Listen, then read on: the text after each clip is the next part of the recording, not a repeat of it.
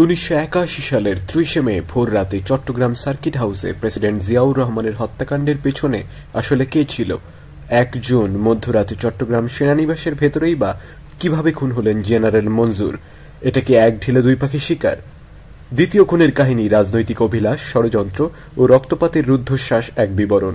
বাস্তব এই কাহিনী গোয়েন্দা গল্পকেও হার মানায়। মশহুল আলমের লেখা উপন্যাস দ্বিতীয় খুনের কাহিনী, আজ চতুর্থ পর্ব। জিয়ার জন্য মইনের খারাপ লাগছে। আমি কি জিয়াকে ভালোবাসতাম? আপন মনে নিজেকে জিজ্ঞেস করেন তিনি। তারপর নিজেই উত্তর দেন, হ্যাঁ, বোধ হয় ভালোবাসতাম। কিংবা হয়তো সেটা ঠিক সেরকমের ভালোবাসা ছিল না যার মধ্যে ভক্তি মেশানো থাকে। তার প্রতি আমার ভক্তি থাকলে আমি দেখতে পেতাম না যে তিনি অনেক ভুল করছিলেন। তার সবচেয়ে বড় ভুল ছিল রাজনীতির প্রতি আকৃষ্ট হওয়া, ক্ষমতার মোহের জালে আটকে পড়া। আমি দেখতে পাচ্ছিলাম তাকে পেয়ে বসেছে ক্ষমতার মোহ। সেই মোহের কারণে তিনি অনেক ভুল করেছিলেন, অনেক অন্যায় করেছিলেন।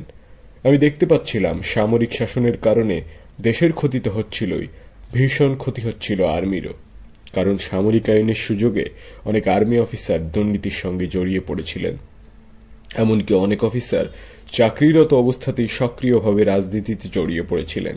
তাই আমি সরল মনে তার, আর্মির ও দেশের মঙ্গল চেয়ে তাকে রাজনীতিতে না জড়ানোর পরামর্শ দিয়েছিলাম।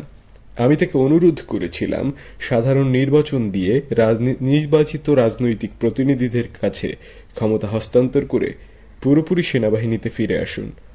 আমি তাকে এ কথাও বলেছিলাম, আপনি যদি ক্ষমতা এভাবে আঁকড়ে ধরে থাকেন তাহলে জনগণের মধ্যে সেনাবাহিনী সম্পর্কে বিরূপ ধারণা সৃষ্টি হবে। কিন্তু হায়, কে শোনে কার কথা? ক্ষমতার মোহ অন্ধ করে দিয়েছিল জিয়াকে। তিনি আমার এসব কথা শুনে ক্রমে ধুরে ঠেলে দিয়েছেন আমাকে। আমার ওপর থেকে তার সব আস্থা ধীরে ধীরে উবে গেছে। শেষ পদক্ষেপ হিসেবে তিনি আমাকে খুব ঢাকা থেকেই তাড়ানোর ব্যবস্থা করেছেন, বগুড়ায় বদলি করেছেন আমাকে। এসব ভাবতে ভাবতে আফসোসে ভরে উঠল জেনারেল মইনের মন। জিয়া শুনতেই সেই সব অফিসারের কথা শুনতেন যারা তাকে রাজনীতিতে জড়ানোর উৎসাহ যোগাতেন। এই কাজে সবার চেয়ে এগিয়ে ছিলেন হুসেইন মোহাম্মদ এরশাদ। জেনারেল মইনের চোখে ভেসে উঠল এরশাদের ধূর্ত চেহারা। মইন তাকে চেনেন সেই 1964 সাল থেকে, যখন এরশাদ পাকিস্তান সেনাবাহিনীর ক্যাপ্টেন আর মইন দ্বিতীয় ইস্ট বেঙ্গল রেজিমেন্টের লেফটেন্যান্ট। অফিসার্স ট্রেনিং স্কুলে মাত্র 9 মাসের প্রশিক্ষণের পর স্বল্পমেয়াদী কমিশন পেয়েছিলেন এরশাদ। দীর্ঘ 13 বছর চাকরি করার পর 1965 সালে পেয়েছিলেন মেজর পদ। 71 মুক্তিযুদ্ধের সময় পুরোটা এরশাদ ছিলেন পশ্চিম পাকিস্তানে। যুদ্ধের মধ্যেই ছুটি নিয়ে দেশে এসেছিলেন, কিন্তু মুক্তিযুদ্ধে যোগ না দিয়ে আবার পশ্চিম পাকিস্তানে ফিরে গেছেন। স্বাধীনতার পর এরশাদ দেশে ফিরে বাংলাদেশ সেনাবাহিনীতে যোগ দিয়েছেন 1973 সালে। তারপর মাত্র 7টি বছর গেছে। এরই মধ্যে তিনি লেফটেন্যান্ট কর্নেল থেকে লেফটেন্যান্ট জেনারেল ও সেনা প্রধানের পদ দখল করে নিয়েছেন। বাপরে বাপ, কি করিতকর্ম অফিসারই নাই এরশাদ।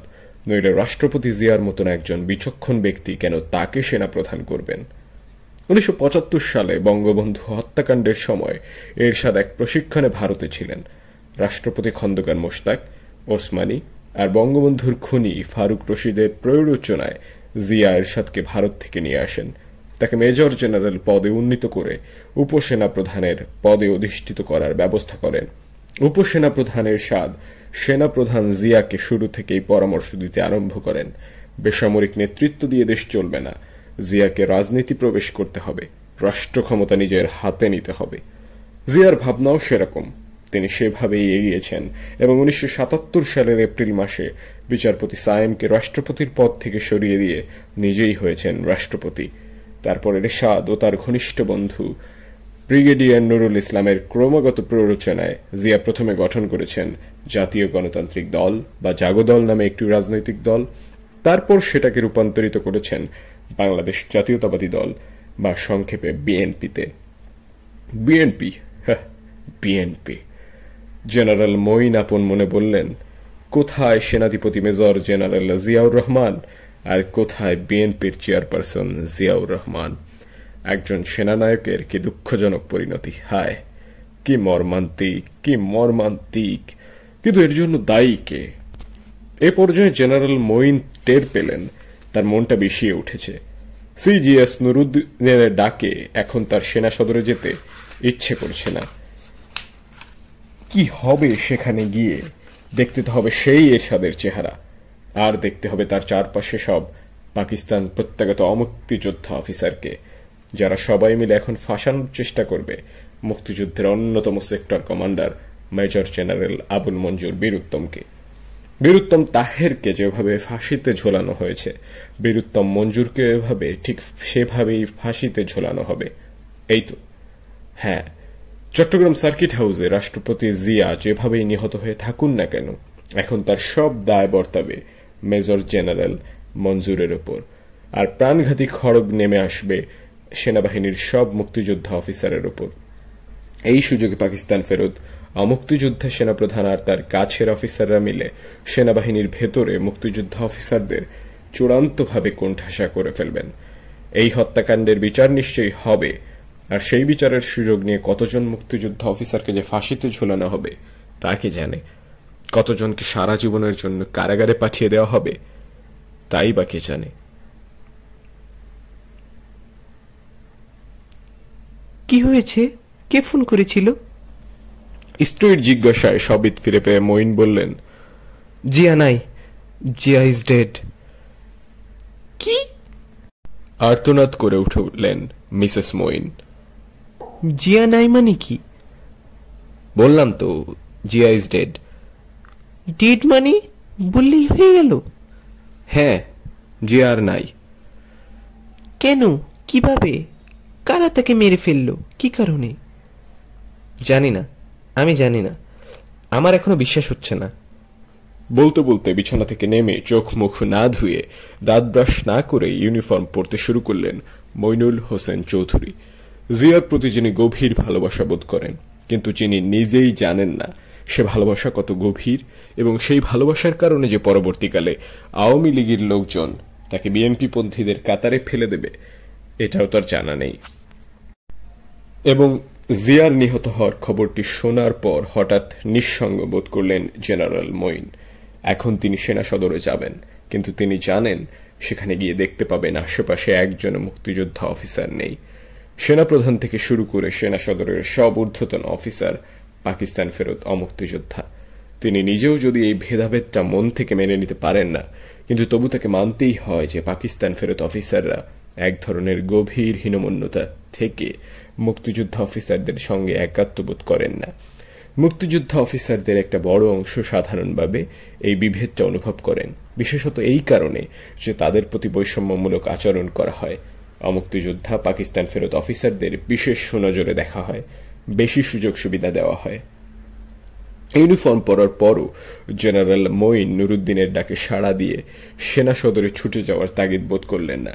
নুরুদ্দিন তাকে হুকুম করার কেউ নন, তার ডাকে ছুটে যেতে হবে এমন কোনো কথাও নেই।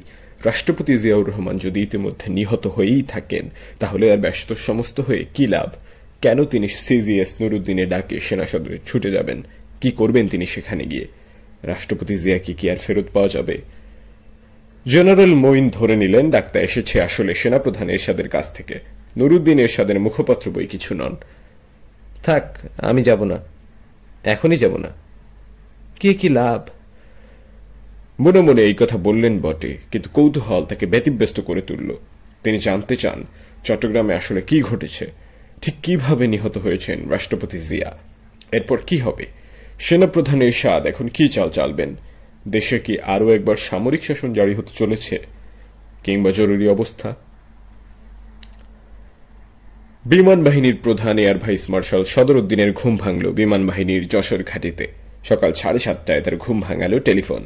ঢাকার সেনা সদর থেকে সেনাপ্রধানের এডিসি তাকে জানালেন তার সঙ্গে সেনাপ্রধান কথা বলতে চান। তারপরই তিনি শুনতে পেলেন সেনাপ্রধান এরশাদের কণ্ঠ। Air chief, there is a bad news. President Zia has been assassinated last night in Chittagong Circuit House. Please come back to Dhaka immediately. Telephone হাতে স্তম্ভিত হয়ে বসে রইলেন এয়ার ভাইস মার্শাল সদরউদ্দিন। তার মনে পড়ল আগের দিন সকালেই তিনি চট্টগ্রাম বিমানবন্দরে রাষ্ট্রপতি জিয়াউর রহমানকে অভ্যর্থনা জানিয়েছিলেন। পূর্ব নির্ধারিত এক কর্মসূচি অনুযায়ী সেদিনই সকালবেলা হেলিকপ্টার যোগে চট্টগ্রাম গিয়েছিলেন বিমান বাহিনীর চট্টগ্রাম ঘাঁটি পরিদর্শন করতে।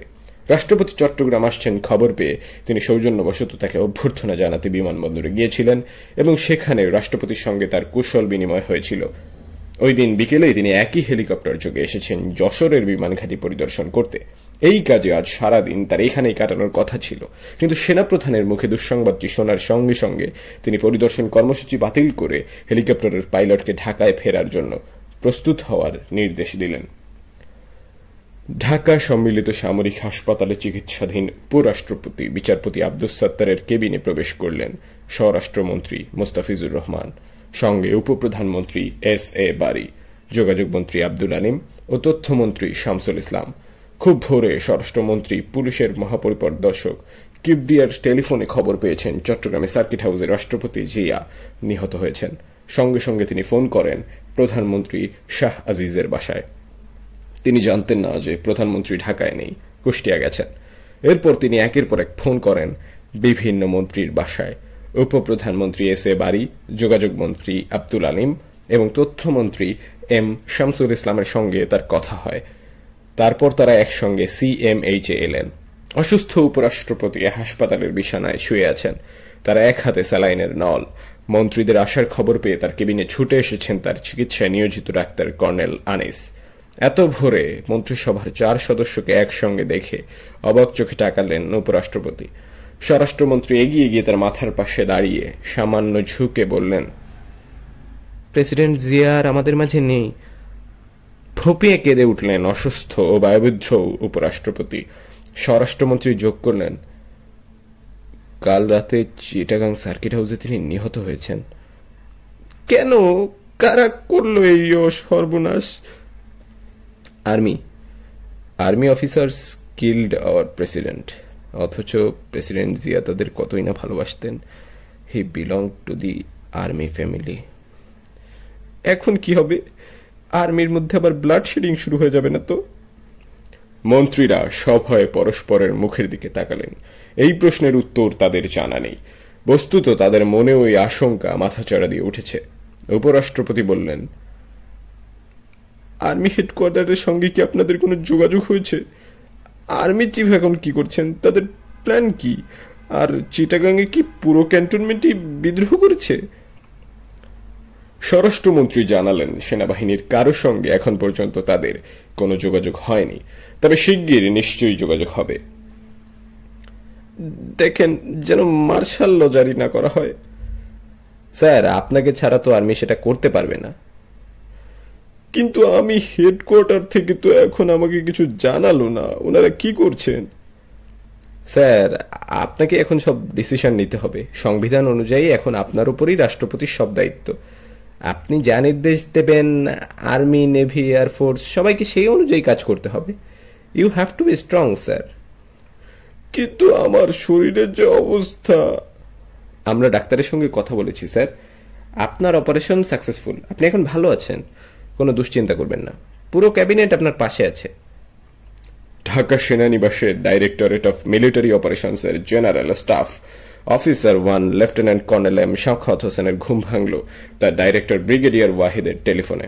মইনুল রোডের বাসায় তিনি এক হাতে চোখ রগড়াতে রগড়াতে অন্য হাতে টেলিফোনের রিসিভার কানে ধরলেন। হ্যালো শাখাওয়াত, এক্ষুনি অফিসে চলে আসো। শাখাওয়াত হাত ঘড়িতে দেখলেন সকাল 6টা। স্যার, এত সকালে? কি ব্যাপার স্যার?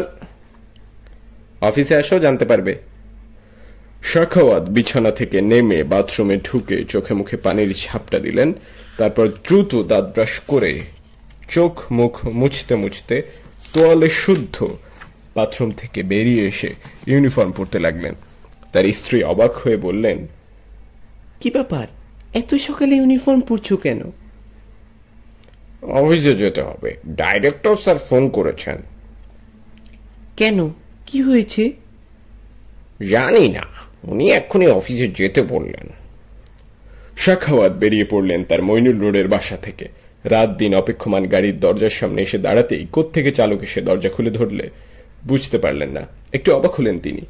এই সাত সকালে যে তাকে অফিস থেকে জরুরি তলব করা হবে, তা কি এই গাড়ি চালকটি এর মধ্যে জেনে ফেলেছে? কিন্তু তা কিভাবে সম্ভব? এমন গুরুতর কিছু ঘটেছে যা ইতিমধ্যে সবাই জেনে গেছে, শুধু তিনি নিজে ছাড়া। চিন্তিত, অজানা, অস্বস্তি ভরা মনে ইউনিফর্মের নিচে ঘামতে ঘামতে গাড়িতে উঠে বসলেন সাখাওয়াত। সকালে নীরবতা ভেঙে হঠাৎ অস্বাভাবিক জোরে শব্দ স্টার্ট নিল গাড়িটির ইঞ্জিন। একটা ধাক্কা লাগলো সাখাওয়াতের বুকে এবং তিনি গাড়ির জানালা দিয়ে আকাশের দিকে তাকালেন। আকাশ মেঘলা, নিচে চারিপাশে যেন ছড়িয়ে আছে একটা অশুভ ছায়া। কিছুক্ষণের মধ্যে মাইলখানেক পথ অতিক্রম করে গাড়ি পৌঁছে গেল সেনা সদরের চত্বরে। সাখাওয়াত দেখতে পেলেন ঝাড়ুদারেরা চত্বরটি ঝাড় দিচ্ছে। চালক তার আসন থেকে নেমে এসে দরজা খুলে ধরল। সাখাওয়াত নামলেন। ডিএমওর অফিস 3 তলায়। সাখাওয়াত তার ডাইরেক্টর ব্রিগেডিয়ার ওয়াহিদের মুখোমুখি হওয়ার উদ্দেশ্যে দ্রুত পায়ে সিঁড়ি বেয়ে উঠতে লাগলেন। দোতলায় উঠে দেখতে পেলেন ডিএমও ফাইল হাতে হন্তদন্ত সিঁড়ি বেয়ে নেমে আসছেন। তার নামার ব্যস্ততা এতই যে সিঁড়িতে সাখাওয়াতের দেখেও তিনি দাঁড়ালেন না। নেমে যেতে যেতেই বললেন, আমি সিজিএস স্যারের ওখানে যাচ্ছি, তুমি দেখো চিটাগাংয়ের সঙ্গে যোগাযোগ করতে পারি না। চট্টগ্রামের সঙ্গে যোগাযোগ? এই সাত সকালে? হঠাৎ সাখাওয়াতের মনে পড়ল আগের দিন সকালে চট্টগ্রামে রাষ্ট্রপতি গেছেন। কি ব্যাপার স্যার? জিজ্ঞেস করলেন সাখাওয়াত। ব্রিগেডিয়ার ওয়াহিদ এবার একটু থেমে দাঁড়ালেন। তারপর সাখাওয়াতের মুখের দিকে চেয়ে বললেন, president might have been killed but we are not sure yet.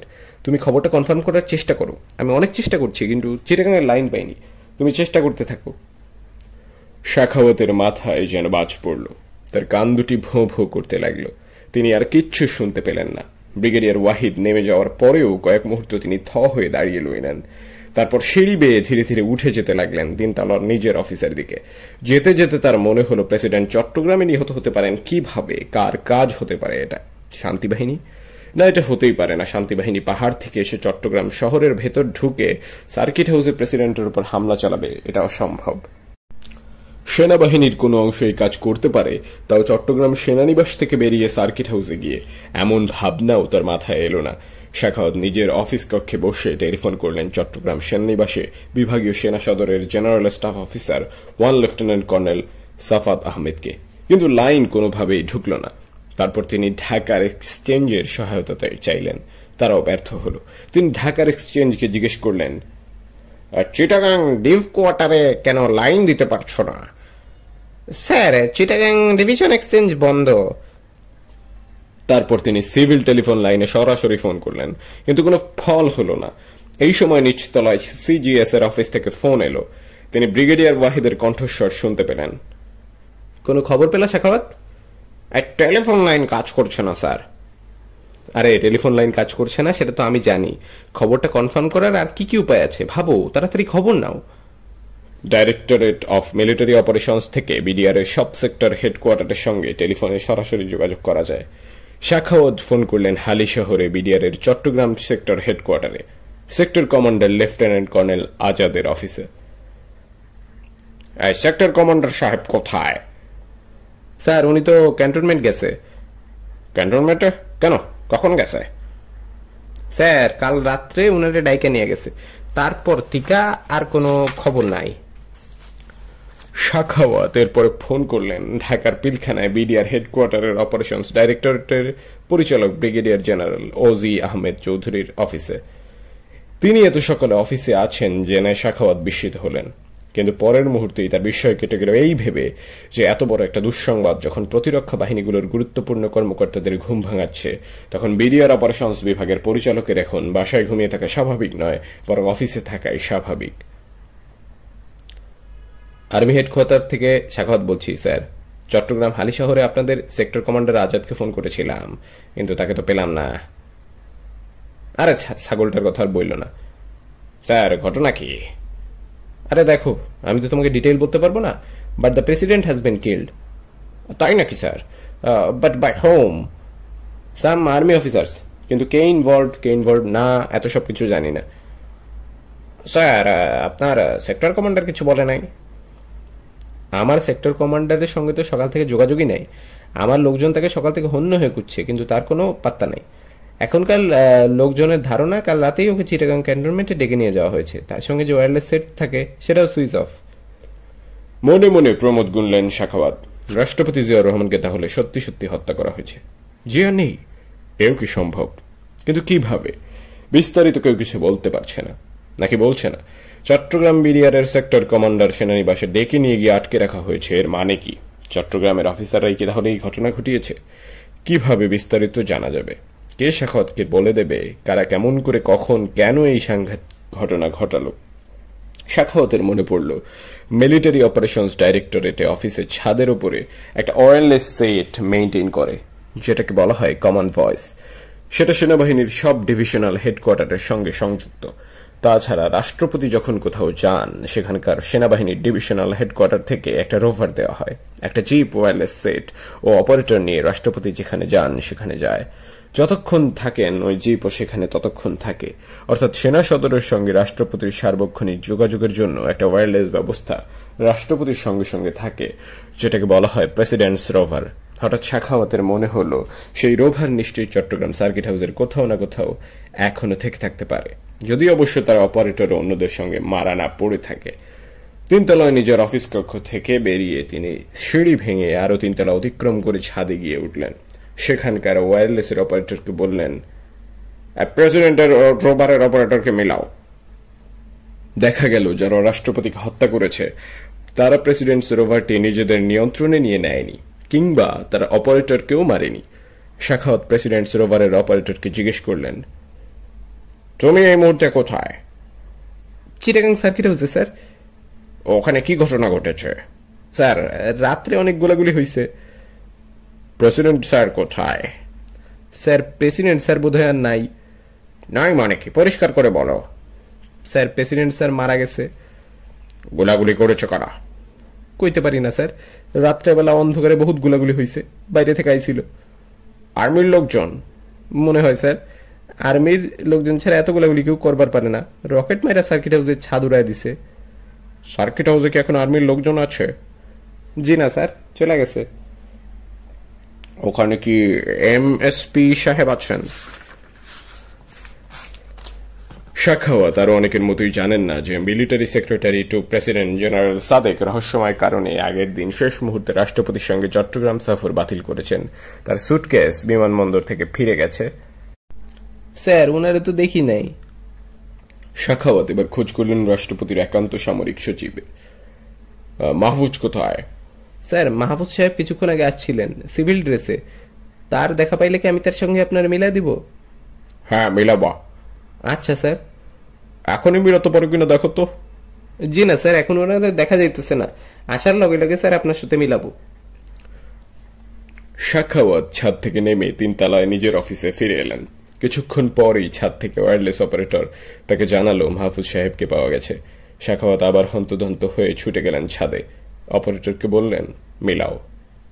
Wireless operator রাষ্ট্রপতির একান্ত সামরিক সচিব লেফটেন্যান্ট কর্নেল মাহফুজের সঙ্গে সেনা সদরের directorate of military operations general staff officer lieutenant colonel M সাখাওয়াতের সঙ্গে যোগাযোগ ঘটিয়ে দিলে সাখাওয়াত মাহফুজকে সরাসরি রাষ্ট্রপতির বিষয়ে কিছু জিজ্ঞেস না করে ইংরেজিতে বললেন, how is the weather in Chittagong Mahfuz? Weather is very bad sir. রাতে খুব বৃষ্টি হয়েছে, এখন আকাশ খুব মেঘাচ্ছন্ন, টিপ টিপ করে বৃষ্টিও হচ্ছে। ও আচ্ছা, তাই? স্যার, আপনি তো শুনেছেন নাকি? কি হয়েছে? স্যার, আপনি জানেন না? মাহফুজের কণ্ঠে অবিশ্বাস। না, আমি তো ভাষা ভাষা শুনেছি। কি হয়েছে আসলে? Sir, president has been killed. তার ডেড বডি এখানে। কিভাবে? স্যার, সে অনেক লম্বা কাহিনী, ডিটেইল এখন আমি আপনাকে বলতে পারবো না। স্যার, আপনি এই মুহূর্তে আর্মি হেডকোয়ার্টারকে বলেন chief of army staff, chief of general staff আর হোম মিনিস্টার, এই তিনজন যেন হেলিকপ্টারে এখনই চলে আসেন। কেন? প্রেসিডেন্ট মারা গেছে, তার ডেড বডি এখানে, আর কি করতে হবে? আপনি তিনজনকে আসতে বলেন। আচ্ছা, ঠিক আছে। সাখাওয়াত আর কিছু বললেন না। মাহফুজের কণ্ঠের নির্লিপ্ততায় তিনি বিস্মিত। রাষ্ট্রপতিকে যখন মেরে ফেলা হচ্ছিল তখন এই লোকটি যে তার একান্ত সামরিক সচিব, সে কোথায় ছিল? তার মনে পড়ল এই মাহফুজকে প্রেসিডেন্ট জিয়া মুক্তিযুদ্ধের সময় তার সেক্টরে নিয়ে গিয়েছিলেন। তার বাচ্চাদের জন্য তিনি দুধ জোগাড় করে দিতেন। সেই প্রেসিডেন্টকে হত্যা করা হয়েছে, আর এই মাহফুজের কণ্ঠস্বর এমন নির্বিকার। সাখাওয়াতের মনটা ভীষণ খারাপ হয়ে গেল। তিনি চুপ করে রইলেন। স্যার, কি শুনতে পাচ্ছেন? উপাসে মাহফুজের কণ্ঠ। হ্যাঁ, আমি শুনছি তোমার কথা। আর্মি হেডকোয়ার্টারকে জানিয়ে দিচ্ছি তোমার মেসেজ। স্যার, 3 জনকে ইমিডিয়েটলি আসতে বলবেন, হেলিকপ্টার ল্যান্ড করাতে বলবেন চিটাগাং স্টেডিয়ামে। আচ্ছা, ঠিক আছে। শাখাওয়াত ওয়্যারলেস সেটটি অপারেটরদের হাতে ফিরিয়ে দিয়ে একটা দম নিলেন। মাহফুজ তার মন থেকে সরল না। মানুষের কি বিচিত্র চরিত্র। শাখাওয়াত ছাদ থেকে সিঁড়ি বেয়ে নামতে লাগলেন। নামতে নামতে তার মনে হলো সিঁড়ির ধাপ আর ফুরাচ্ছে না। তিনি যেন সিঁড়ির ধাপ বেয়ে অতলে নেমে যাচ্ছেন। প্রেসিডেন্ট জিয়াউর রহমান মারা গেছেন। স্বাভাবিক মৃত্যু নয়, হত্যা করা হয়েছে তাকে। হত্যা করেছে সেনাবাহিনীর কতিপয় সদস্য। কি আশ্চর্য, কি আশ্চর্য! এক একটি করে ধাপ বেয়ে নিচে নামছেন শাখাওয়াত, আর তার বুকের মধ্যে বাজছে কি আশ্চর্য, কি আশ্চর্য! হঠাৎ তার মনে পড়ল বাংলাদেশ প্রতিষ্ঠার রাষ্ট্রপতি শেখ মুজিবুর রহমানের কথা। তাকেও হত্যা করা হয়েছে, এবং হত্যা করেছে সেনাবাহিনীরই কতিপয় সদস্য।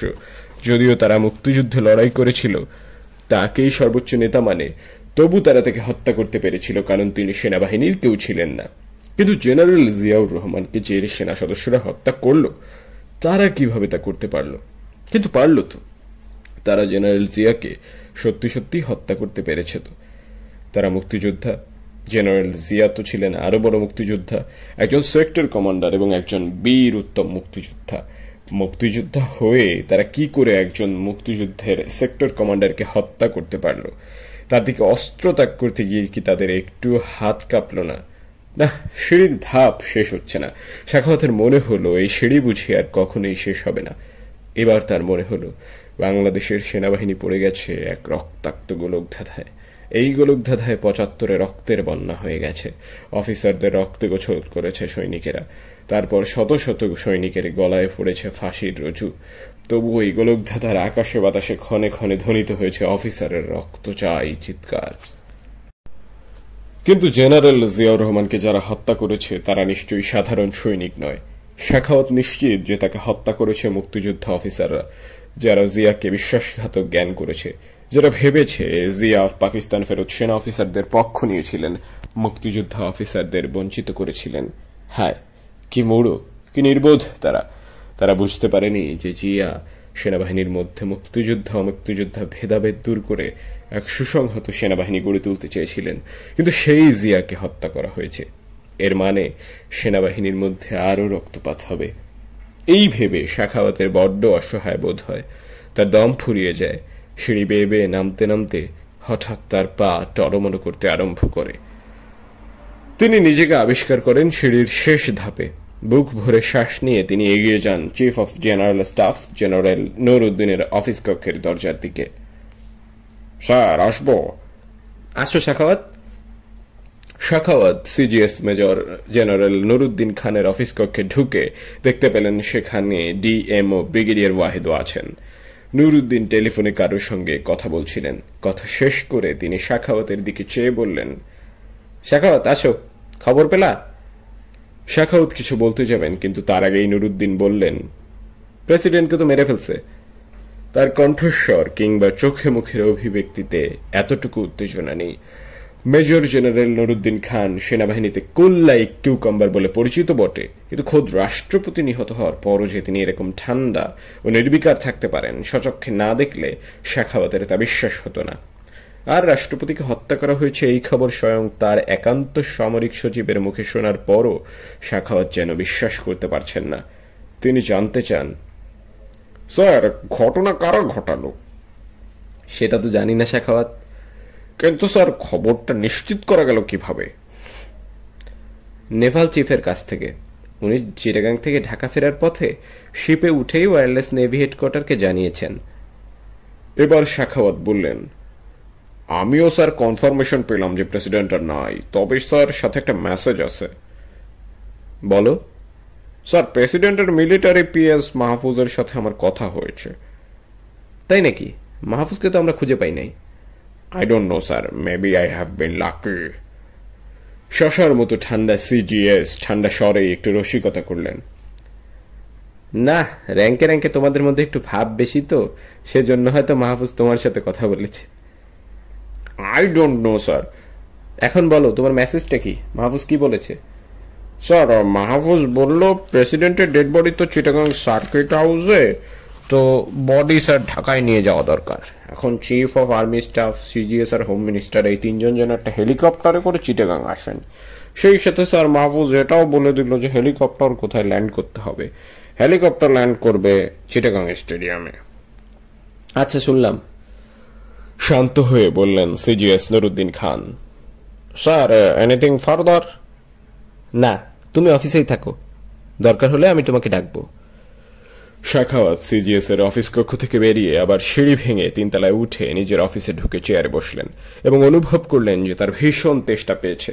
তিনি বেয়ারা ডেকে প্রথমে এক গ্লাস পানি, তারপর এক কাপ চা দিতে বললেন। বেয়ারা পানি ও চা এনে দিলে তিনি তা ঢকঢক করে এক নিঃশ্বাসে গ্লাসের পানি শেষ করলেন। তারপর চায়ের কাপটি তুলে নিলেন। এক চুমুক না দিতেই টেলিফোন বেজে উঠল। তিনি কাপটি রেখে রিসিভার তুলে কানে ধরে শুনতে পেলেন সিজিএস এর কণ্ঠ। শাখাওয়াত, তুমি চিটাগাংয়ের সঙ্গে টেলিফোনে যোগাযোগ করার চেষ্টা করো। শাখাওয়াত বললেন, স্যার, চিটাগাংয়ের সঙ্গে টেলিফোনে যোগাযোগ তো বিচ্ছিন্ন দেখতে পাচ্ছি। Keep trying. শাখাওয়াত আবার ঢাকার আর্মি এক্সচেঞ্জে ফোন করলেন। এবার অপারেটর বলে, স্যার, চিটাগাংয়ের আর্মি এক্সচেঞ্জ কথা বলে, কিন্তু সেই এক্সচেঞ্জকে ইনস্ট্রাকশন দেয়া আছে চিটাগাং ডিভিশন হেডকোয়ার্টার থেকে জিএসওর পারমিশন ছাড়া আর কারো লাইন থ্রো করবে না। শাখাওয়াত বুঝলেন চট্টগ্রাম সেনাবাহিনীর ডিভিশন হেডকোয়ার্টার থেকে কেউ ঢাকায় কথা বলতে চাইলে ডিভিশন হেডকোয়ার্টারের জেনারেল স্টাফ অফিসারের অনুমতি ছাড়া তা সম্ভব না। তিনি একথা সিজিএস কে জানিয়ে বললেন, স্যার, চিটাগাং থেকে যদি কেউ আমাদের সঙ্গে কথা বলতে চায় তাহলে শুধু আমরা কথা বলতে পারবো, তাছাড়া চিটাগাং ডিভ হেডকোয়ার্টারের সঙ্গে আমাদের কথা বলার কোনো উপায় আপাতত দেখা যাচ্ছে না। আরে এটা নতুন কি, এ তো আমিও জানি, কিন্তু তুমি লেগে থাকো।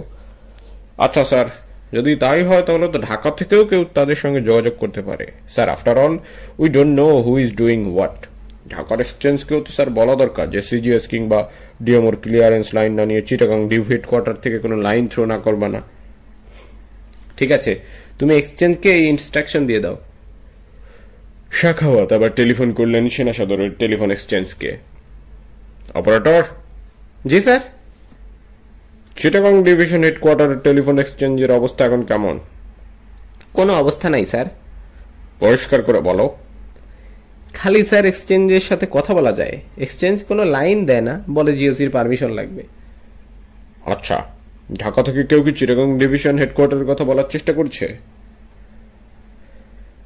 জি না স্যার, আপনি ছাড়া আর কেউ লাইন চায় নাই। চাইলে লাইন থ্রো করবা না। ডিএমওর ক্লিয়ারেন্স ছাড়া ঢাকা থেকে কেউ চিটাগাং ডিভ হেড করে কারোর সঙ্গে যোগাযোগ করতে পারবে না। ক্লিয়ার? জি স্যার। টেলিফোনে মেজর মুজাফফরের মুখে প্রেসিডেন্ট হত্যার খবর পেয়ে বেসামরিক পোশাকেই বাসা থেকে বেরিয়ে পড়লেন মেজর জেনারেল মঞ্জুর। একটি পিস্তল সঙ্গে নিতে ভুললেন না, কারণ জিয়া হত্যার খবরটি শোনার পর থেকেই তার মনে শঙ্কা জেগে উঠেছে এই সেনানিবাসের উপর তার পরিপূর্ণ নিয়ন্ত্রণ এখন বজায় আছে কিনা, অচিরেই সে নিয়ন্ত্রণ চিড় ধরবে কিনা। এখানে শুধু মুক্তিযোদ্ধা অফিসারই নেই, অমুক্তিযোদ্ধা অফিসারও আছে, যদিও তারা সংখ্যায় অনেক কম। তারা গোপনে গোপনে কে কি ভূমিকা নেবে তা বলা খুব কঠিন। আর এ ধরনের সংকটের মুহূর্তেই সুপ্ত ভেদাভেদগুলো সবচেয়ে প্রকট হয়ে ওঠে। কে কখন কাকে কিভাবে ফাঁসায় তার কোনো ঠিক ঠিকানা থাকে না। যারা সার্কিট হাউসে গিয়ে প্রেসিডেন্ট জিয়াকে বন্দী করে সেনানিবাসে তুলে আসার বদলে তাকে সেখানেই হত্যা করেছে, তারা সবাই তার অধস্তন ও অনুগত অফিসার হলেও সেই আনুগত্য যে এখনো বজায় থাকবে এমন নিশ্চয়তা বোধ হয় না মঞ্জুরের।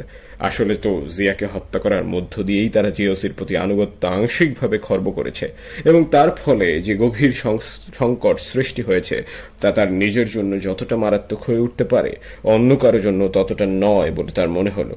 এখন ওই বেপরোয়া বিদ্রোহীরা যেভাবে যা কিছু করতে চাইবে, জেনারেল মঞ্জুর তার বিরোধিতা করতে গেলে সৃষ্টি হতে পারে আরো বিপজ্জনক পরিস্থিতি। পিস্তলটি হাতে নিয়ে জেনারেল মঞ্জুর এসব ভাবতে ভাবতে নিজের দাপ্তরিক গাড়িতে উঠে বসলেন। ড্রাইভারকে নির্দেশ দিলেন ৬ষ্ঠ ইস্ট বেঙ্গল রেজিমেন্টের দপ্তরে যেতে। কিছুক্ষণ পরই গাড়িটি তাকে নিয়ে সেখানে গিয়ে দাঁড়ালো। জেনারেল মঞ্জুর গাড়ি থেকে নেমে দেখতে পেলেন বারান্দায় অস্থিরভাবে পায়চারি করছেন ওই রেজিমেন্টের সেকেন্ড ইন কমান্ড মেজর দোস্ত মোহাম্মদ শিকদার। জিওসিকে গাড়ি থেকে নামতে দেখে তিনি হন্তদন্ত হয়ে ছুটে এলেন তার কাছে। স্যালুট করে অ্যাটেনশন ভঙ্গিতে দাঁড়ালেন। রাতে তুমি কোথায় ছিলে? জিজ্ঞেস করলেন জেনারেল। বাসাতেই ঘুমিয়েছিলাম স্যার, খবর পেয়ে অফিসে ছুটে আসলাম। মঞ্জুর বুঝলেন যারা সার্কিট হাউসে গিয়ে হত্যাকাণ্ড ঘটিয়েছে এই মেজর তাদের সঙ্গে ছিলেন না। কখন খবর পেয়েছ? এই তো স্যার, বেশিক্ষণ হয়নি। কার কাছে খবর পেলে? মেজর খালেদ ফোন করেছিল স্যার। রাতে তোমাকে সার্কিট হাউসে যাওয়ার জন্য কেউ বলেনি? জি না স্যার। এখন কি ভাবছো, কি হবে? আপনার নির্দেশের জন্য অপেক্ষা করছিলাম স্যার, কিন্তু বুঝতে পারছিলাম না কিভাবে নির্দেশ পাবো। ভাবছিলাম আপনার বাসায় ফোন করবো কিনা। আমি নিজেই এলাম তোমাকে নির্দেশ দিতে। ইমিডিয়েটলি সিগন্যাল সেন্টারে প্লাটুন মোতায়েন করতে হবে। কুমিল্লা ক্যান্টনমেন্ট দিক থেকে আমাদের উপর আক্রমণ আসতে পারে, সেটা প্রতিরোধ করতে হবে। সেজন্য শুভপুর ব্রিজে আমাদের কন্ট্রোল নিতে হবে। ওই ব্রিজে শক্ত প্রতিরোধ গড়ে তুললে ঢাকা বা কুমিল্লার দিক থেকে এখানে আর কেউ আসতে পারবে না। Right sir. শুভপুর ব্রিজে যথেষ্ট পরিমাণ গোলাবারুদ সহ সৈন্য পাঠাও ইমিডিয়েটলি। Yes sir. জেনারেল আবার গাড়িতে উঠে বসলেন। চালক জানতে চাইল, এখন কোথায় যাব স্যার? কোথায় আবার যাবে? আমার অফিসে। গাড়ি চলতে শুরু করলো। জেনারেল মঞ্জুর নিজেই মনে মনে প্রশ্ন করলেন, why I am getting excited? Should not I stay কুল? এখন কি মাথা গরম করলে চলবে? সকাল 7টার মেঘাচ্ছন্ন আকাশের নিচে আর্দ্র ভাবসা বাতাসে রিকশায় চেপে দুই যুবক চলেছে চট্টগ্রাম নগরীর অভিজাত আবাসিক এলাকা খুলশির একটা রাস্তা দিয়ে। তারা সুঠাম ও সুশ্রী, তাদের চুল ছোট করে কাটা। একজনের পরনে নীল রঙের টি শার্ট, অন্যজনের ঘি রঙের হাফ সুতি টি শার্ট। তাদের কপালে ঘাম, চোখে মুখে ভীষণ উত্তেজনা। একটি একতলা বাড়ির সামনে তারা রিকশাওয়ালাকে থামতে বলে। রিকশা থামলে তারা লাফ দিয়ে নেমে ভাড়া মিটিয়ে বাড়িটির গেটের সামনে এসে দাঁড়ায়। একজন কলিং বেল চাপ দিলে দারোয়ান দরজা সামান্য ফাঁক করে মুখ বের করে। এটা হান্নান স্যারের বাসা না? জিজ্ঞাসা করে দুই যুবকের একজন। হ্যাঁ, আপনারা? আমরা স্যারের ছাত্র। স্যার কি ঘুম থেকে উঠেছেন? বলে অন্যজন। হ্যাঁ, আসেন। দরজা পুরোটা খুলে ধরে বলে মধ্যবয়সী দারোয়ান। দুই যুবক বাংলাদেশের মিলিটারি একাডেমির কমান্ড্যান্ট ব্রিগেডিয়ার জেনারেল হান্নান শাহর বাসায় ড্রয়িং রুমে সোফায় বসে। দারোয়ান গৃহকর্তাকে খবর দিতে বাসার ভেতরে চলে যায়। ব্রিগেডিয়ার হান্নান শাহ শেভ করছিলেন। শেষ করে বেরিয়ে এসে গৃহপরিচারিকার মুখ খেয়ে শুনতে পেলেন অপেক্ষমান দুই যুবকের কথা। অবাক হলেন, কারণ এত সকালে তার বাসভবনে তার ছাত্রদের অর্থাৎ মিলিটারি ক্যাডেটদের কারো আসার কথা নয়। তাছাড়া বিএমএ এখান থেকে কমপক্ষে 25 কিলোমিটারের রাস্তা ভাটিয়ারিতে। নাশতার টেবিলে না বসে তিনি ভীষণ কৌতূহল নিয়ে ড্রয়িং রুমে গিয়ে ঢুকলেন। যুবকদের তড়াক করে উঠে দাঁড়িয়ে তাকে সামরিক কায়দায় সালাম জানালো।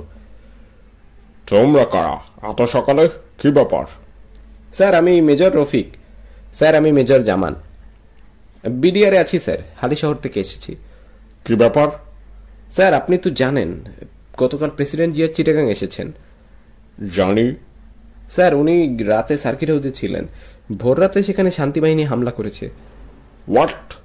জি স্যার। বাজে কথা বলো না। শহরের মধ্যে শান্তি বাহিনী আসবে কিভাবে?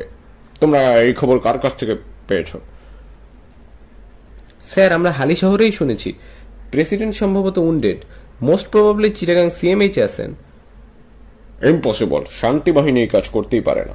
তোমাদের সেক্টর কমান্ডার কোথায়? স্যার, উনাকে সকালে খোঁজ করে পাই নাই। সম্ভবত উনি ডিভ হেডকোয়ার্টারে গেছেন। কিন্তু তোমরা ডিভ হেডকোয়ার্টারে না গিয়ে আমার কাছে আসলে কেন? দুই মেজর এবার পরস্পরের মুখ চাওয়াচাই করে, কিছু বলতে পারে না। ব্রিগেডিয়ার হান্নান বলেন, ঠিক আছে, তোমরা এখন যাও, আমি খোঁজ নিচ্ছি। দুই যুবক বেরিয়ে যাওয়ার সঙ্গে সঙ্গে ব্রিগেডিয়ার হান্নান শাহ বাড়ির টেলিফোন বেজে উঠল। তিনি ছুটে গিয়ে রিসিভ করে শুনতে পেলেন জেনারেল মঞ্জুরের কণ্ঠ। হান্নান, তাড়াতাড়ি আমার অফিসে চলে আসো। কি ব্যাপার স্যার? খুব জরুরি বিষয়, তুমি এক্ষুনি চলে আসো। কিন্তু বাংলাদেশ মিলিটারি একাডেমির commandant brigadier general Hannan Shah এখনো রওনা করার কথা তার কর্মস্থল ভাটিয়ারির উদ্দেশ্যে। তিনি বিএমএতে ফোন করে জানিয়ে দিলেন যে তিনি এখন অফিসে আসছেন না। তারপর নাশতা না খেয়ে বেরিয়ে পড়লেন চট্টগ্রাম সেনানিবাস তথা ডিভ হেডকোয়ার্টারে, যেখানে এরিয়া কমান্ডার মেজর জেনারেল মঞ্জুরের দপ্তরের উদ্দেশ্যে। গাড়িতে যেতে যেতে তার ভীষণ বিভ্রান্ত বোধ হল। শান্তিবাহিনী সার্কিট হাউসে রাষ্ট্রপতির উপর হামলা চালিয়েছে, এই কথা বিশ্বাস করার তিনি কোনো কারণ দেখতে পাচ্ছেন না। কিন্তু সেখানে নিশ্চয়ই কিছু একটা ঘটেছে, এবং যা ঘটেছে তার সঙ্গে নিশ্চয়ই জেনারেল মঞ্জুরের এই সত্যি তলবের সম্পর্ক আছে। কিন্তু কি হতে পারে সেই সম্পর্ক? রাষ্ট্রপতি জিয়াকে সত্যি সত্যি আহত হয়েছেন? হয়ে থাকলে কাদের আক্রমণে? শান্তিবাহিনীর তো প্রশ্নই আসে না। তাহলে কিভাবে, কারা তার উপর আক্রমণ চালিয়ে থাকতে পারে? জেনারেল মঞ্জুর কেন তাকে টেলিফোনে কিছুই বললেন না? দুই মেজরকে মনে পড়ল তার, এবং তার বিভ্রান্তি ও বিস্ময় আরো বেড়ে গেল। ওরা কেন আর কোথাও না গিয়ে এই সাত সকালে সে হালি শহর থেকে এসেছিল তারই কাছে? চট্টগ্রামের জেলা প্রশাসক জিয়াউদ্দিন পুলিশ সুপারকে সঙ্গে নিয়ে বেরিয়ে পড়লেন সার্কিট হাউস থেকে। তাদের আগেই বিভাগীয় কমিশনার সাইফুদ্দিনের সঙ্গে তার বাংলোতে চলে গেলেন lieutenant colonel Mahfuz, lieutenant colonel Mahtab ও এডিসি ক্যাপ্টেন মাজহার। জেলা প্রশাসক গাড়িতে উঠতে উঠতে অবাক হয়ে ভাবলেন, লেফটেন্যান্ট কর্নেল মাহফুজ যে বলেছিলেন সেনাপ্রধান এরশাদ আর স্বরাষ্ট্রমন্ত্রী মোস্তাফিজ হেলিকপ্টারে করে যে কোনো সময় সার্কিট হাউসে এসে পৌঁছাতে পারেন, তাহলে তিনি তড়িঘড়ি করে বিভাগীয় কমিশনারের সঙ্গে সার্কিট হাউস ত্যাগ করলেন কেন? গোড়া থেকে লোকটির আচরণ ও কথাবার্তায় গোলমেলে, বিভ্রান্তির ঠেক ছিল জিয়াউদ্দিনের। পুলিশ সুপারকে নিয়ে গাড়িতে উঠে জেলা প্রশাসক তাকে বললেন, ও, আমি তো মেট্রোপলিটন পুলিশ কমিশনারকে জিজ্ঞেস করতে ভুলে গেলাম, উনি কি খবরটা ঢাকায় জানাতে পেরেছেন? হ্যাঁ স্যার, ওয়্যারলেসে আইজিপির সঙ্গে যোগাযোগ করেছিলেন। আইজিপি সম্ভবত ইতিমধ্যে হোম মিনিস্টারকেও জানিয়েছেন। আপনি বা ডিভিশনাল কমিশনার সাহেব কি ঢাকায় যোগাযোগ করতে পেরেছেন? কমিশনার সাহেব ভোরবেলা বাসা থেকে হোম মিনিস্টার ও হোম সেক্রেটারির সঙ্গে যোগাযোগ করার চেষ্টা করেছিলেন, কিন্তু কাউকেই পাননি। একমাত্র যার সঙ্গে তিনি কথা বলতে পেরেছেন তিনি প্রেসিডেন্টের military secretary major general Sadiq. খবর শুনে জেনারেল সাদিক কমিশনারকে বলেছেন যে একটু পরে তিনি তাকে কল ব্যাক করবেন, কিন্তু তারপর থেকে ঢাকার থেকে চিটাগাংয়ের টেলিফোন যোগাযোগ বিচ্ছিন্ন হয়ে গেছে। আর্মি কি টেলিফোন এক্সচেঞ্জের কন্ট্রোল নিয়ে নিয়েছে? নিশ্চয়ই। আপনি কি সেটা বুঝতে পারছেন না? এটা একটা আর্মি কু। সেটা তো বুঝতে পারছি, কিন্তু তাহলে গভর্নমেন্ট আছে না নেই? দেশের কর্তৃত্ব এখন কার হাতে? এখানে কি আমাদের এখন আর্মির নির্দেশে চলতে হবে? জেলা প্রশাসক জিয়াউদ্দিনের মনে একই প্রশ্ন ঘুরপাক খাচ্ছে। তারা যখন ডিসি হিলে জেলা প্রশাসকের বাসভবনে এসে পৌঁছালেন তখন প্রায় সকাল 7টা। ভেতরে ঢুকতেই নিরাপত্তা প্রহরীদের একজন হন্তদন্ত হয়ে ছুটে এসে বলল, স্যার স্যার, রেডিওতে বলতেছে কু হয়েছে, কু, আর্মি প্রেসিডেন্ট জিয়ারে মেরে ফেলছে। সবাই রেডিও ঘিরে বসলেন। চট্টগ্রাম রেডিও স্টেশন থেকে একটি পুরুষ কণ্ঠে বলা হচ্ছে, প্রিয় দেশবাসী, প্রিয় দেশবাসী, বিপ্লবী পরিষদের পক্ষ থেকে সালাম ও শুভেচ্ছা গ্রহণ করুন। বিপ্লবী পরিষদের পক্ষ থেকে এক অভ্যুত্থানের মধ্য দিয়ে উৎখাত করা হয়েছে স্বৈরাচারী, দুর্নীতিবাজ ও বিদেশিদের পদলাহী জিয়াউর রহমান সরকারকে। দেশের নতুন নেতৃত্বের নাম শীঘ্রই ঘোষণা করা হবে। প্রিয় দেশবাসী, প্রিয় দেশবাসী, বিপ্লবী পরিষদের পক্ষ থেকে সালাম ও শুভেচ্ছা গ্রহণ করুন। বিপ্লবী পরিষদের পক্ষ থেকে এক অভ্যুত্থানের মধ্য দিয়ে উৎখাত করা হয়েছে স্বৈরাচারী, দুর্নীতিবাজ ও বিদেশিদের পদলাহী জিয়াউর রহমান সরকারকে। দেশের নতুন নেতৃত্বের নাম শীঘ্রই ঘোষণা করা হবে। এই একই ঘোষণা বারবার প্রচার করা হচ্ছে। জেলা প্রশাসক এবার রেডিও বাংলাদেশের ঢাকা কেন্দ্র টিউন করলেন। সেখানে এক নারী সকাল 7টার সংবাদ শেষে আবহাওয়ার খবর পাঠ করছেন। দেশের রাষ্ট্রপতি যে নিহত হয়েছেন, দেশের দ্বিতীয় বৃহত্তম নগরীটি যে এখন রাজধানী থেকে সম্পূর্ণভাবে বিচ্ছিন্ন, এবং ঢাকা ও চট্টগ্রামের মধ্যকার সব যোগাযোগ যে বিচ্ছিন্ন করে দেওয়া হয়েছে এবং একটা বড় ধরনের সংকট সৃষ্টি হয়েছে, এসবের কোনো আভাসই সংবাদ পাঠিকার কণ্ঠস্বরে নেই। মিনিট খানিকের মধ্যে আবহাওয়ার খবর শেষ হলো। শুরু হলো দেশাত্মবোধক গান, প্রথম বাংলাদেশ আমার শেষ বাংলাদেশ, জীবন বাংলাদেশ আমার মরণ বাংলাদেশ। জেলা প্রশাসকের হঠাৎ মনে হলো এই গানই কি প্রেসিডেন্ট জিয়াউর রহমানের মৃত্যুর বার্তা? পরক্ষণে তিনি সে ভাবনা উড়িয়ে দিলেন। এখন কি প্রতীকী বার্তা প্রচারের সময়? ঢাকা রেডিওতে চট্টগ্রামের ঘটনা সম্পর্কে খবরের পরিবর্তে প্রতিদিনের মতো সকালবেলার স্বাভাবিক অনুষ্ঠান প্রচারিত হচ্ছে, এটা জেনে জেলা প্রশাসক ও পুলিশ সুপার নিশ্চিত হয়ে গেলেন অভ্যুত্থান ও রাষ্ট্রপতিকে হত্যার ঘটনাটি ঘটেছে স্থানীয় সেনাদের দ্বারা, কেন্দ্রীয় সেনা নেতৃত্বের নিয়ন্ত্রণে নয়। It is not a central coup, it is a locally engineered coup. Now it is clear to me, বললেন জেলা প্রশাসক। তাহলে গভর্নমেন্ট ঠিকঠাক আছে? পুলিশ সুপার যেন একটা হাঁপ ছেড়ে বাঁচলেন। নিশ্চয়ই, কিন্তু আমরা এখানে সরকারের বিরুদ্ধে বিদ্রোহ যে করেছে ক্যান্টনমেন্ট, আমাদের কি এখন তাদের কথা মতো চলতে হবে? এটাই তো এখন সবচেয়ে কঠিন প্রশ্ন। জেলা প্রশাসক আবার টেলিফোনে ঢাকার সঙ্গে যোগাযোগ করার চেষ্টা করলেন, কিন্তু সব টেলিফোন লাইন এখন মৃত। তিনি কাউকে ডেকে চা নাস্তা দিতে বললেন। সেসব তৈরি করাই ছিল, সঙ্গে সঙ্গে চলে এলো। ঝটপট নাস্তা খেয়ে চায়ের কাপে ঘন ঘন কয়েকটি চুমুক দিয়ে জেলা প্রশাসক পুলিশ সুপারকে বললেন, চলেন আমার অফিসে যাওয়া যাক। তারা দুজন ডিসি হিল থেকে বেরিয়ে কোর্ট বিল্ডিং এর জেলা প্রশাসকের কার্যালয়ে গেলেন। পুরো কোর্ট বিল্ডিং নীরব, যেন আলোর ঘাটতি। কেমন একটা বিষণ্ণ আবছায় ডুবে আছে সবকিছু। কর্মচারীদের চোখে মুখে শঙ্কা, অনিশ্চয়তা, যেন এক ভুতুরে আবছায় তারা চলাফেরা করছেন নীরবে। সার্কিট হাউসের ঘটনাটি যে সবাই জেনে গেছেন, শুনেছেন চট্টগ্রাম বেতারের সেই ঘোষণাও জেলা প্রশাসক তার অধস্তন কর্মকর্তাদের জিজ্ঞেস করে জানতে পারলেন ঢাকা থেকে কোনো বার্তা আসেনি। জেলা প্রশাসকের কার্যালয়ের কর্মকর্তাদের মনে একটাই প্রশ্ন, সরকার আছে নাকি উৎখাত হয়েছে। একটু পরেই জেলা প্রশাসকের টেবিলে টেলিফোন বেজে উঠল। ওপাশ থেকে মেট্রোপলিটন পুলিশের কমিশনার ABM জামান বললেন, সমস্যা তো জটিল হয়ে গেল। কয়েক মিনিট আগে সেনানিবাস থেকে জুটে জিপে করে এসে আর্মি অফিসাররা এসে প্রেসিডেন্ট জিয়ার ডেড বডি নিয়ে গেছে। বলেন কি? প্রেসিডেন্ট কার্ড সিমেন্টের লোকরা ডেড বডি নিয়ে যেতে দিল কেন? ওখানে যে পুলিশ সদস্যরা আছে তারাও কিছু বললো না কেন? বুঝতেই তো পারছেন, সবাই ধরে নিয়েছে আর্মি কু করে ফেলেছে। এখন তাদের ইচ্ছা মতোই সবকিছু হবে। পুলিশের কি বাধা দেওয়ার সাধ্য আছে? বুঝতে পারছি, কিন্তু প্রেসিডেন্টের ডেড বডি প্রোটেক্ট করার দায়িত্ব তো আমাদের। আমরা যখন সার্কিট হাউস থেকে বের হয়ে এলাম তখন কিন্তু আমার মনে হয়েছিল যে হত্যাকারীরা প্রেসিডেন্টের ডেড বডি নিয়ে যেতে পারে। আমাদের উচিত ছিল তখনই সার্কিট হাউস থেকে প্রেসিডেন্টের ডেড বডি সরিয়ে পুলিশের কাস্টডিতে নেওয়া। পুলিশ কমিশনার চুপ করে রইলেন। জেলা প্রশাসকের মনে হলো তিনি হয়তো ভাবছেন পরে এটা নিয়ে পুলিশের জবাবদিহির প্রশ্ন উঠবে। এই ভাবনা একই সঙ্গে জেলা প্রশাসককে সংক্রমিত করলো। তার ভীষণ অস্বস্তি বোধ হতে লাগলো। তিনি জিজ্ঞাসা করলেন, আর্মি অফিসাররা প্রেসিডেন্টের ডেড বডি কোথায় নিয়ে গেছে? ওরা সার্কিট হাউসের পুলিশকে বলে গেছে লাশ ক্যান্টনমেন্টে নিয়ে যাচ্ছে। ওরা কি ক্যান্টনমেন্টে প্রেসিডেন্টের কবর দিয়ে ফেলবে নাকি, না অন্য কোনো উদ্দেশ্যে নিয়ে গেছে? সেটা তো আমার পক্ষে বলা সম্ভব হচ্ছে না, কিন্তু আমার খটকা লাগছে। ভয় হচ্ছে ওরা প্রেসিডেন্টের ডেড বডি গুম করে দিতে পারে। সেরকম কিছু করলে ভীষণ খারাপ হবে। দায় বর্তাবে আমাদের উপর, আপনার উপর, আমার উপর। বুঝতে তো পারছি, কিন্তু এখন আমরা কি করতে পারি বলেন?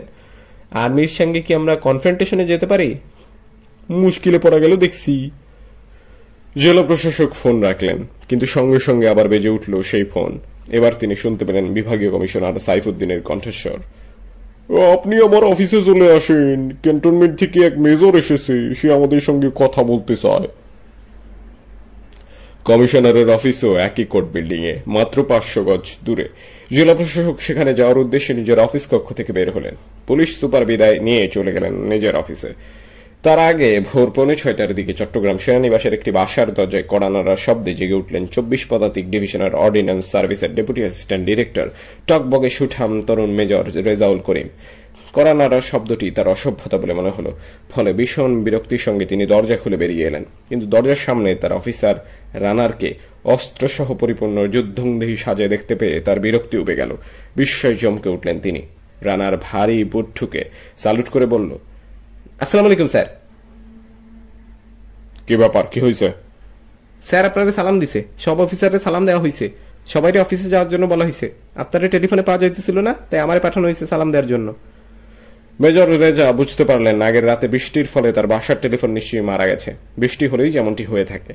তিনি রানারকে জিজ্ঞেস করলেন, কিন্তু ঘটনা কি? এত সকালে সবাইকে অফিসে ডাকা হয়েছে কেন? স্যার বাসা থেকে বাইরে হয়ে দেখেন। মেজর রেজা ঘর থেকে বেরিয়ে বারান্দায় আসেন। সেখানে তিনি দেখতে পান একটার পর একটা আর্মি ট্রাক সশস্ত্র সৈন্য সহ সেনানিবাসের বাইরে ভেতরে যাওয়া আসা করছে। কি ব্যাপার, এত সকালে সোলজারদের এরকম মুভমেন্ট? কিছুই তো বুঝলাম না। জানি না স্যার, উল্টাপাল্টা লাগতেছে, কিছুই বুঝবার পারতেছি না। মেজর রেজা রানারকে বিদায় করে দিয়ে ডিভিশন হেডকোয়ার্টারের দিকে রওনা হলেন। কিছুক্ষণের মধ্যে সেখানে পৌঁছে তিনি দেখতে পেলেন অনেক লোক, সবাই অফিসার, সবার চোখে মুখের অভিব্যক্তি অস্বাভাবিক। কাউকে কাউকে উদ্ভ্রান্ত দেখা যাচ্ছে, কারো চোখ লাল, কারো মনে হয় সারা রাত ঘুমাননি। রেজা দেখতে পেলেন লেফটেন্যান্ট কর্নেল মতিউর রহমানের হাতে চীনা স্টেন গান। তিনি নানাজনকে নানা রকমের নির্দেশ দিচ্ছেন। একটু দূর থেকে রেজাকে দেখতে পেয়ে তিনি চিৎকার করে ডেকে উঠলেন, Reza, come here. Where you have been? বাসা ঘুমিয়েছিলাম sir. You didn't know anything? কেন স্যার, কি হয়েছে? Zia is dead. Major Reza ঠিক বুঝতে পারলেন না, নিজের অজান্তেই তার মুখ দিয়ে বেরিয়ে গেল, what? Yes, president Zia is dead. বলেন কি sir? Yes, he is dead. এখন আমরা যারা ফ্রিডম ফাইটার অফিসার আছি, we all freedom fighters should be United. Everything we do should do unitedly. বুঝতে পারছো? মেজর রেজা বুঝে উঠতে পারছেন না উত্তরে কি বলবেন। লেফটেন্যান্ট কর্নেল মতি এবার অন্যদের প্রতি মনোযোগী হলেন। রেজা তার পাশ কেটে নিজের অফিস কক্ষের দিকে যেতে লাগলেন। মতি সেটা লক্ষ্য করে আবার ডেকে উঠলেন, তুমি কোথায় যাচ্ছ? এদিকে এসো। রেজা থেমে দাঁড়ালেন, ধীর পায়ে কয়েক কদম এগিয়ে এসে দাঁড়ালেন। কৌতূহলী চোখে তাকালেন কর্নেল মতির মুখের দিকে। তার দুই চোখ লাল, চুলগুলো উস্কো খুস্কো, কোথাও স্থিরভাবে দাঁড়িয়ে থাকতে পারছেন না। স্টেন গান হাতে কেবলই পায়চারি করছেন আর একে ওকে অনর্গল একটার পরে একটা নির্দেশ দিয়ে যাচ্ছেন। রেজাকে তিনি বললেন, রাতে তো তোমাকে পেলেন না, এখন একটা কাজ করো। মেজর রেজা সংজ্ঞায় পড়ে গেলেন, কিসের সঙ্গেই না জড়িয়ে পড়তে হয়। কি কাজ স্যার? ভয়ে ভয়ে বললেন রেজা। তুমি এখন সার্কিট হাউসে যাবে। You go to circuit house with troops. সেখানে জিয়ার ডেড বডি আছে, সেটা সার্কিট হাউস থেকে তুলে নিয়ে দূরে গিয়ে কোনো পাহাড়ি এলাকায় নিয়ে যাবে। জঙ্গল মতো কোনো জায়গায় কবর দিয়ে চলে আসবে। সঙ্গে বেশি লোক নিয়ে যাওয়ার দরকার নেই, তোমার সাথে 2-3 জন থাকলেই চলবে। যাও, জলদি করো। মেজর রেজার খারাপ লাগা শুরু হলো। তিনি মন থেকে সায় পেলেন না। মেজর জেনারেল জিয়াউর রহমানের প্রতি তার একটু বিরূপ অনুভূতি নেই। তিনি সাহস করে মতিকে সরাসরি বললেন, স্যার এই কাজটা আমাকে দিয়েন না, আমাকে অন্য কোনো কাজ দেন। মতি রেগে উঠলেন। একজন লেফটেন্যান্ট কর্নেল একজন মেজরকে একটা নির্দেশ দিচ্ছে আর মেজরটি তার মুখের উপর সরাসরি বলছে এই কাজটা আমাকে দিয়েন না। স্বাভাবিক অবস্থায় সেনাবাহিনীতে এরকম ঘটা একেবারেই অসম্ভব, কিন্তু এখন পরিস্থিতি স্বাভাবিক নয়, বরং ভীষণ নাজুক। চেইন অফ কমান্ডস ছিঁড়ে যাওয়ার ঝুঁকি এরকম পরিস্থিতিতেই সবচেয়ে প্রকট হয়ে ওঠে। মতি গর্জে ওঠার প্রবৃত্তি সামনে নিয়ে বেশ গম্ভীর কণ্ঠে রেজাকে বলল, do what you are order to do. এ সময় আরেক অফিসার এসে মতিকে নিরস্ত করে বললেন, থাক থাক, ও যখন করতে চাচ্ছে না। এই সুযোগে রেজা পাশ কেটে আবার নিজের অফিস কক্ষের দিকে হাঁটতে শুরু করলে মতি আবার থেকে ডেকে বললেন, দাঁড়াও রেজা, যাচ্ছ কোথায়? স্যার জিওসিট রুমের দিকে। দাঁড়াও, সেখানে পরে গেলেও চলবে। এখন তুমি ওদের সাথে সার্কিট হাউসে যাবে। স্যার এই কাজটা কি আর কাউকে দেওয়া যায় না স্যার? শাট আপ, যা বলছি শোনো। তুমি এখন সার্কিট হাউসে যাবে, ওখানে প্রেসিডেন্ট গার্ড রেজিমেন্টের যেসব লোক বেঁচে আছে তাদেরকে ক্যান্টনমেন্টে নিয়ে আসবে। তুমি তাদের বলবে যে এখানে তোমাদের নিরাপত্তা নাই, একথা বলে তাদের ক্যান্টনমেন্টে নিয়ে আসবে। আমাকে এখন ওদের নিরাপত্তা দিতে হবে, ওদের ক্যান্টনমেন্টে এনে তুমি ওদের সাথে সার্কিট হাউসে যাও।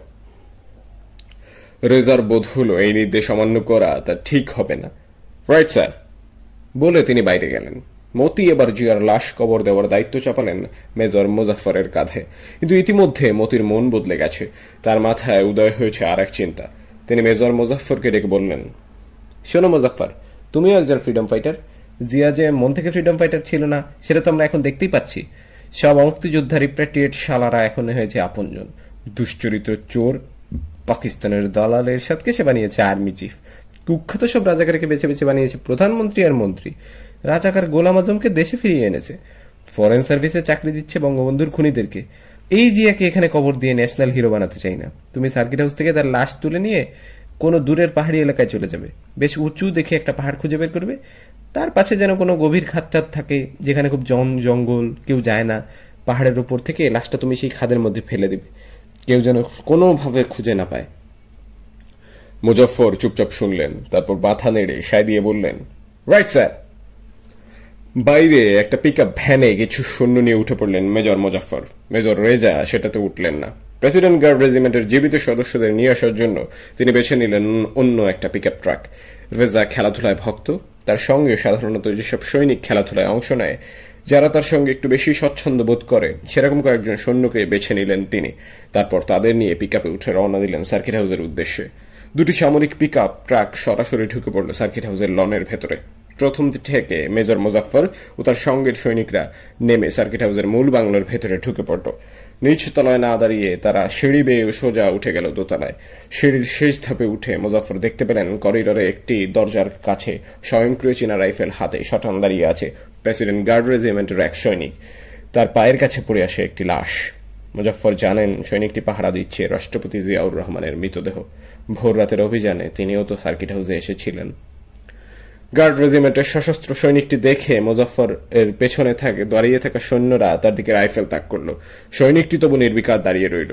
চীনা রাইফেলটি তার কোমর বরাবর যেভাবে ধরা ছিল সেভাবেই ধরা রইল। তার চোখের পলক পড়ল না, এক চুলও সে নড়ল না। তাকে দেখে সবার মনে হলো সে যেন জীবন্ত মানুষ নয়, যেন একটা পাথরের মূর্তি। মেজর মুজাফফর ধীর পায়ে তার দিকে হেঁটে যেতে যেতে বললেন, প্রেসিডেন্ট কি ডেড বডি কি এখানে পড়ে থাকবে? দাফন করতে হবে না? এবার নড়ে উঠল সৈনিকটি, যেন পাথরের মূর্তির শরীরে সঞ্চারিত হলো মানুষের প্রাণ। তার চোখের পলক পড়ল, ঠোঁটে চেপে থাকা ঠোঁট দুটো খুলে গেল এবং সে কথা বলে উঠল। তা তো স্যার ঠিক, কিন্তু কেউ তো কিছু কয় না, কারো কোনো পাত্তা নাই। তাড়াতাড়ি দাফন না দিলে মওতার আযাব হয়। মেজর মুজাফফর পেছন ফিরে চেয়ে তার সৈনিকদের অস্ত্র নামতে বলে আরো সামনে হেঁটে গিয়ে মৃতদেহের পাশে দাঁড়ালেন। গার্ড রেজিমেন্টের সৈনিকটি বললেন, হাতিয়ার নামাও, আর এখন তোমার লাশ পাহারা দেওয়া লাগবে না, আমরা দাফনের ব্যবস্থা করছি। এখন লাশ নিয়ে যাব, তুমিও যাবে আমাদের সঙ্গে ক্যান্টনমেন্টে।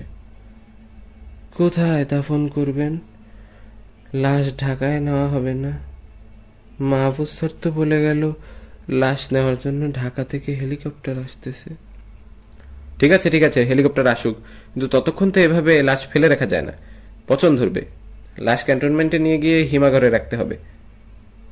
সৈনিকটি রাইফেল নামিয়ে একটু সরে দাঁড়ালো। মেজর মুজাফফর দেখলেন রাষ্ট্রপতি জিয়াউর রহমানের বুলেট ঝাঁঝরা মৃতদেহটি অনাবৃতই পড়ে আছে। রক্তে ভেজা সাদা পাজামা পাঞ্জাবি এখন কালচে রং ধারণ করেছে। কাঠের মেঝেতে জমে থাকা রক্ত শুকিয়ে চরমরিয়ে হয়ে উঠেছে। তোমরা কি লাশটা ঢাকতেও পারোনি? ভৎসনার সুরে সৈনিকটি এই কথা বলে মেজর মুজাফফর মৃতদেহ ঢাকার জন্য কিছু একটা খুঁজে পেতে এদিক ওদিক তাকালেন। রাষ্ট্রপতির কামরার দরজাটি এখনো হাত খোলা। ভেতরে ঢোকার জন্য তাকে মহামান্য রাষ্ট্রপতির মৃতদেহটি পায়ে ডিঙিয়ে যেতে হলো। সেজন্য সে বিড়বিড় করে মাপ চাইলেন। ঘরে ভেতরে ঢুকে মেজর মুজাফফর দেখতে পেলেন মেঝেতে উল্টে পড়ে আছে নীল রঙের একটা টেলিফোন সেট। বিছানার চাদর বালিশ আগোছালো। তিনি এক ঝটকায় টেনে নামালেন সাদা থপথপে চাদরটি, সেটি এনে ঢেকে দিলেন রাষ্ট্রপতির মৃতদেহ। তারপর ঘর থেকে বেরিয়ে অন্য লাশগুলোর খোঁজে করিডর ধরে হেঁটে যেতে লাগলেন। রাষ্ট্রপতির নিরাপত্তা কর্মকর্তা লেফটেন্যান্ট কর্নেল আহসান ও প্রেসিডেন্ট গার্ড রেজিমেন্টের অফিসার ক্যাপ্টেন হাফিজের মৃতদেহ দোতলাতেই থাকার কথা। দ্বিতীয় পিকআপ থেকে মেজর রেজা ও তার সঙ্গী সৈনিকেরা নেমে সার্কিট হাউসের পোর্চের সামনে গিয়ে দাঁড়ালো। রেজা হাঁক ছেড়ে উঠে দাঁড়ালেন। গার্ড রেজিমেন্টের লোকজন করে আছেন, এদিকে আসেন। সঙ্গে সঙ্গে সুবেদার দৌড়ে এসে তার সামনে দাঁড়িয়ে মাটিতে ভারী বুটের গুড়ি স্যালুট মেরে করে বলল, আসসালামু আলাইকুম স্যার, আমরা আপনাদের দলে। মেজর রেজা সার্কিট হাউসে বাংলোর ভেতর ঢুকতে ঢুকতে বললেন, দেখেন সুবেদার সাহেব, আমি কোনো দলের না। আমি সারা রাত বাসায় ঘুমিয়েছি। কারা প্রেসিডেন্টকে মেরেছে, কখন মেরেছে, কিভাবে মেরেছে, এসবের কিছুই আমি জানি না। সকালবেলা আমাকে বাসা থেকে ডেকে নিয়ে যাওয়া হয়েছে। ডেকে বলা হয়েছে, এখানে আপনারা যারা প্রেসিডেন্টের গার্ড রেজিমেন্টের লোক আছেন, এখানে আপনাদের জীবনের নিরাপত্তা নেই। আমাকে পাঠানো হয়েছে আপনাদের ক্যান্টনমেন্টে নিয়ে যাওয়ার জন্য। ওখানে আপনারা নিরাপদে থাকবেন। তাই আমি আপনাদের নিতে এসেছি। আপনারা যারা আসেন সবাই তাড়াতাড়ি রেডি হয়ে নেন। Yes sir. আবার মাটিতে বুট ঠুকে রেজাকে স্যালুট করল সুবেদার। রাষ্ট্রপতি জিয়া, লেফটেন্যান্ট কর্নেল আহসান ও ক্যাপ্টেন হাফিজের লাশ সৈনিকরা ধরাধরি করে দোতলা থেকে নামিয়ে সার্কিট হাউসের বাইরে চলে এলো। একটি পিকআপে লাশগুলো তোলা হলো। সেই সামনে ড্রাইভারের পাশের সিটে উঠে বসলেন মেজর মুজাফফর। পেছনে লাশগুলোর সঙ্গে উঠে বসল কয়েকজন সৈনিক। মেজর রেজা প্রেসিডেন্ট গার্ড রেজিমেন্টের সেই সুবেদার সহ বাকি সদস্যদের নিয়ে উঠলেন অন্য পিকআপে। দুটি পিকআপ বেরিয়ে এলো সার্কিট হাউসের লোহার গেট থেকে। কর্তব্যরত গুটি কয় পুলিশ সদস্যদের ফ্যাল ফ্যাল করে চেয়ে রইল পিকআপ দুটির চলে যাওয়ার দিকে। লাশ সহ মেজর মুজাফফরের পিকআপটি চলল রাঙ্গুনিয়ার পাহাড়ি অঞ্চলের দিকে। মেজর রেজা ও প্রেসিডেন্ট গার্ড রেজিমেন্টের জীবিত সদস্যদের নিয়ে দ্বিতীয় পিকআপ চলল চট্টগ্রাম সেনানিবাসের দিকে।